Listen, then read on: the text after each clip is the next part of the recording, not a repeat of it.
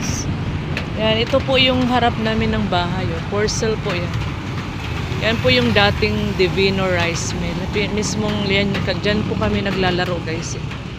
Yan, malaking lote po yan dyan dati. Pero ngayon, ano na siya, for sale na po siya. 25 million daw yan guys. Center na po tayo na malaki na po ng kalsada dito guys. Dati 20 years ago, ano pa, hindi pa to semento guys. Ito oh, tricycle ni asawa ni Juris. Ito po yung bahay ni Papang pinagawa. Yan, ayan si John Rio. Yan. Maganda dito guys pag ano. Yung ito, yung yan oh, highway na talaga siya guys. So harap yun talaga ba na ano, pwede kang magtinda dito guys. Parang munting lupa lang po sa lugar namin. Ito tindahan. Malaki yung dito nag-stay si Papa eh. Yan oh guys. Laki yan guys. Dito yung pinagawa ko dati na tindahan. Tapos dinugtungan lang ni Papa. Tapos yung bahay namin, yan na po.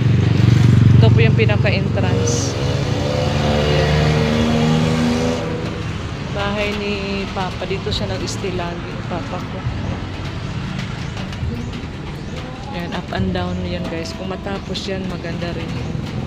Yan po yung baba. Tapos may ano pa yan, may hagdanan pa yan pataas. Yan guys, yung hagdanan. Kasi ito naman yung pinakabahay namin talaga nung maliliit pa kami. Ayan. Yan. Maganda to guys pag natapos yung bahay namin eh. Kaso nga lang, yun nga lang, maraming ano, balakid kaya hindi natapos-tapos. Ito po guys yung pinakaharap namin. Yan, ito po yung pinakaharap niya guys. Ayan si Arabella. Anak ni Jowish yan. Singer yan guys. Ayan, kumanta na yung kalaban mo. Kalaban sa singeran.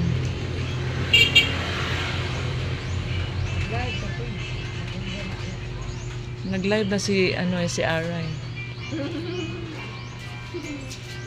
Tapos ni ano, ayan nag-disco na sila. Wala na, nag-disco na gyud sila. Simbahan pa gyud. Simbahan pa gyud. Nagbuo. Dili oy. Di katubang ano ba nag-live doon simbahan.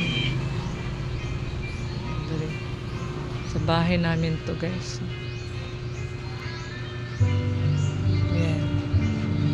Malaki to pag natapos, guys. Si Arabella lang makatapos dito, guys.